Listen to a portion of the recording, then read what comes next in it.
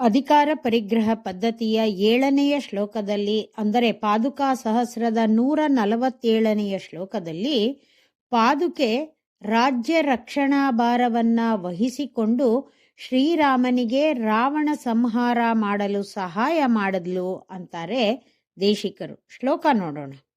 ಪೌಲಸ್ತ್ಯ ವೀರವದನಸ್ತಬಕಾವಸಾನಾತ್ ಪುಷ್ಪಾಣಿ ದಂಡವನೇಷ್ವಪಚೇತುಮಿಚ್ಚೋಃ ರಕ್ಷಾದುರಂ ಧೃತವತೀ ಮಣಿಪಾದುಕೆ ತ್ವಂ ರಾಮಸ್ಯ ಮೈಥಿಲಸುತಾ ಸಹಿತೆ ಪ್ರಚಾರೇ.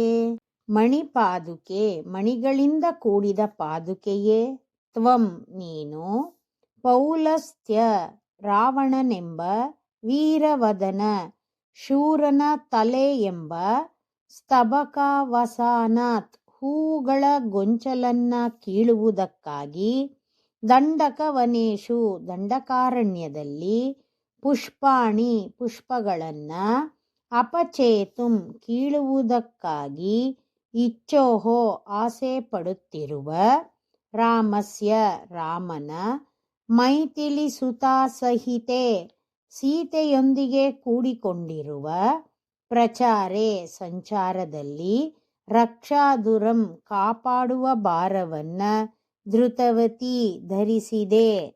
ಶೂರನಾದ ರಾವಣನ ತಲೆಗಳೆಂಬ ಹೂಗೊಂಚಲನ್ನ ಕಿತ್ತು ಹಾಕಲು ಶ್ರೀರಾಮ ವನವಾಸಕ್ಕೆ ಬಂದದ್ದು.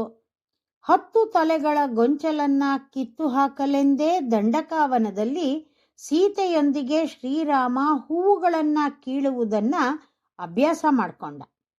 ಆ ಸಮಯದಲ್ಲಿ ರಾಜ್ಯ ಪರಿಪಾಲನೆ ಮಾಡುವ ಪ್ರಸ್ತಾಪವನ್ನ ಪಾದುಕೆ ಒಪ್ಪಿಕೊಂಡು ಶ್ರೀರಾಮನಿಗೆ ಅನುಕೂಲ ಮಾಡಿಕೊಟ್ಲು ಅಂತಾರೆ ದೇಶಿಕರು. ಆಚಾರ್ಯರುಗಳ ಉಪದೇಶದಿಂದ ಜೀವಾತ್ಮರಿಗೆ ಸದ್ಗುಣಗಳು ಉಂಟಾಗತ್ತೆ. ನಂತರ ಭಗವಂತ ಸಂಸಾರವನ್ನ ಹೋಗಲಾಡಿಸ್ತಾನೆ ಅನ್ನೋದು ಈ ಶ್ಲೋಕದ ಗೂಢಾರ್ಥ. ಶ್ರೀಮತೆ ನಿಗಮಾಂತ ಮಹಾದೇಶಿಕಾಯ ನಮಃ.